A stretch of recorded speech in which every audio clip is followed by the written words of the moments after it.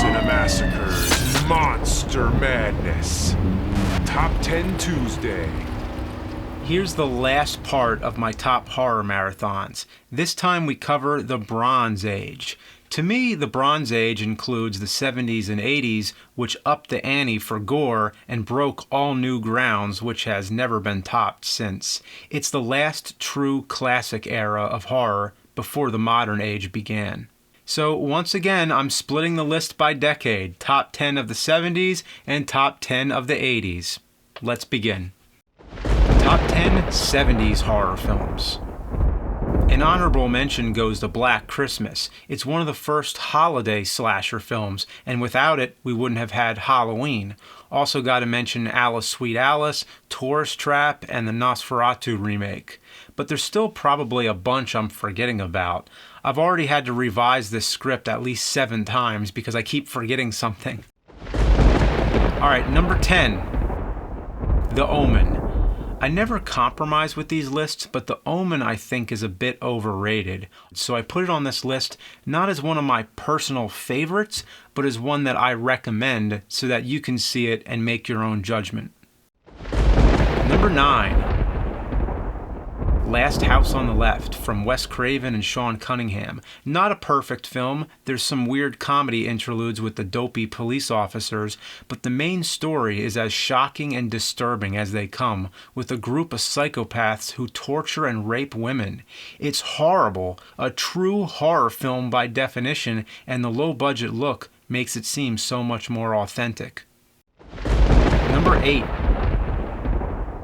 Suspiria from Dario Argento. Loose on narrative structure, but the film's true power is in its striking visuals and its doomy sound design. When I think of atmospheric horror, I usually think black and white, but this is a movie that shows that the use of color can provide a strong atmosphere of its own. It's a very surreal experience. Number 7. Carrie, based on the Stephen King story. It's the story of a high school girl with telekinetic powers. She's not a horror villain. She's an otherwise normal, shy girl who's more the victim than anything. You feel really bad for her, especially when she's abused by her over-religious, psychotic mother. The finale, when she's forced into using her powers, is the grand highlight. Number 6. The Exorcist. This is the one that's often called the scariest film ever made. It won 2 Academy Awards, but nominated for 10 and nominated for 7 Golden Globes. This was during the devil age of horror films, where any movie to have this kind of theme got praise and mainstream attention, whereas any other horror film, they wouldn't give a shit. I don't think it's the best, but still, it's great. It's so serious and unflinching, so balls to the wall, uncompromising in its horror delivery. Number 5. Ridley Scott's Alien. I would have included Aliens also, but that's more of an action movie than horror. Either way, they're both awesome. Alien is simply a horror movie set in outer space. It uses the classic format of people trapped in a haunted house or being stalked by a monster or killer, but here they're trapped on a spaceship with an alien. The first half of the movie is the most suspenseful, and that's the part I think is best. It's a great build-up. Number 4.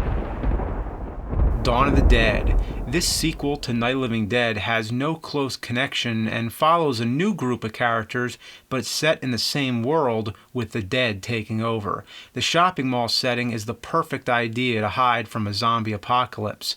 The group is very resourceful in their fight against the zombies and against the motorcycle gang that tries to take the mall for themselves. There's some great dark comedy as well, and it sort of compares mall shoppers to zombies. In some ways, it surpasses the first film. Number 3. Halloween. This is the film that borrowed all the ideas of psychopathic killers and put it all into one thing and gave birth to the slasher genre. It made Michael Myers a household name and made a scream queen out of Jamie Lee Curtis. It doesn't rely much on gore, it's all about the suspense of being followed. It uses Halloween as an innocent backdrop to the real horror that is coming, which makes it a prime film to watch this time of year. Love Donald Pleasence as Dr. Loomis. He's the archetype, like Van Helsing, who's hunting the evil. And John Carpenter's score is a big part of it, you can't forget. Number 2, the Texas Chainsaw Massacre. This is the only film about a human killer that can surpass Halloween, arguably. I see them as equals, but Chainsaw came first. They're both different. Chainsaw is more explicit with its violence, though there still isn't much gore. You never actually see a chainsaw cutting anyone. It still provokes just as much horror as if it did. The Psycho family in this are so horrible, it's actually difficult to watch, and it has such a low-budget look, it feels like you're watching a documentary. Truly horrifying. And the number 1 70s horror film? Jaws. The first blockbuster movie that made people afraid to go into the ocean and that launched the career of Steven Spielberg. It's basically a monster movie about a group of people on a boat hunting a shark. It's a big-budget remake of Creature from the Black Lagoon. Roy Scheider, Richard Dreyfuss, and Robert Shaw are all excellent. You spend so much time with these 3 characters, you feel like you're on the boat with them. I love how one minute they're showing each other their wounds, they're joking around, and then the next minute Quint is telling them this bone-chilling story, and they all get serious. And then they're all singing, and next minute they're being attacked by the shark. It goes through many changes. It's a roller coaster ride. Now, on to the 80s. First, I just have to say, this is really tough. There are so many, and they're all so different, and what makes it harder is that there's so much horror comedy in the 80s. Many films on this list are going to overlap with comedy, so it's hard to decide where to draw the line. Ghostbusters is one of the best, but that's mainly a comedy. More comedy than horror, I'd say, where I want to focus on ones that are mainly horror. Then there's Gremlins, which is definitely one of my favorite films of all time. It certainly has its horror aspects, but it might be a little too much of a comedy to fit in. Otherwise, if you don't agree, put Gremlins at number 1. Done. Also, Reanimator, Creepshow, Monster Squad, Night of the Creeps, Toxic Avenger, Fright Night, American Werewolf in London. Come to think of it, this was the decade of horror comedy. It could have been a whole other top 10. Damn, this has turned into a mess. This could have been another top 20 inside of a top 20, and it would have never gotten done in time. And with more serious horror, I have to give some honorable mentions to Inferno, the first Evil Dead, the remake of The Thing, and Psycho 2, which is surprisingly good, mostly due to Anthony Perkins. I don't think you should take the ranking of these films too seriously. They're all good recommendations. So let's get down to it. Number 10. A big shout out to Jason Voorhees, who's one of the most recognizable characters of the decade. If I had to pick one of the Friday the 13th films, it would have to be Part 4, the final chapter. Overall, I think that's the best one, with the exception of the final act in the original film with Mrs. Voorhees and Jason coming out of the lake. That was excellent. You can take bits and pieces from the whole series, so it's kind of tough to pick just one. Number 9. Pumpkinhead. Lance Henriksen blames some boys for the accidental death of his son, so he goes to an old witch who resurrects a monster out of a pumpkin patch to terrorize them. I may have underestimated this film for a while. I rewatched it on Blu-ray last Halloween, and I was really impressed with the visuals. The outdoor nighttime cinematography, the woods, the collapsed church, the witch's lair, it all looks amazing. The monster, created by Stan Winston and team, is unbelievable. It's part suit, part animatronics, and it looks so fucking good. It's proof that this type of craft kept getting better over the years until it was phased out prematurely by CG. Number 8. Hellraiser. This definitely gave us a new face of horror, the Cenobites led by Pinhead. This stretches the imagination. The plot is truly absurd, with a guy who starts out as a decaying pile of guts underneath the floorboards after having summoned the Cenobites with a strange puzzle box. Then he has to regenerate all his flesh with the blood of living victims. This is the kind of movie that doesn't fuck around. It's not trying to give you a fun, spooky time. It's trying to freak you out of your mind. Number 7. The remake of The Fly, also a major gore fest, but disturbs you on the emotional level too. The effects are incredible. Jeff Goldblum is also great as a scientist who invents a teleportation unit but turns himself into a human fly. The main difference from the original is that here he gradually becomes the fly over time, so you get to see him slowly falling apart, literally. A great remake, but do not forget the original. Number 6. The Shining from Stanley Kubrick. I would warn anyone who's seeing it for the first time that it's very slow-paced. It's about a writer who takes a job as the winter caretaker of a grand old hotel with a haunting backstory. Over the course of the film, he goes slowly insane. It's a steady journey into madness. The story is loose, but has a strange power that grows on you. And above all, Jack Nicholson is excellent. He makes the film. Number 5. Poltergeist, a joint effort of Spielberg and Tobe Hooper. It's about a regular family who realize too late their house is on a haunted burial ground. The spirits target their young daughter, pulling her into the dimensional portal, and the family has to get her back. For a ghost movie, this is not subtle whatsoever. There's a guy ripping his face off, there's a scary clown, corpses coming up in the swimming pool. It's horrifying, and all the metaphysical talk gets under my skin. Ghost movies don't usually do it for me, but this here is an entirely different beast.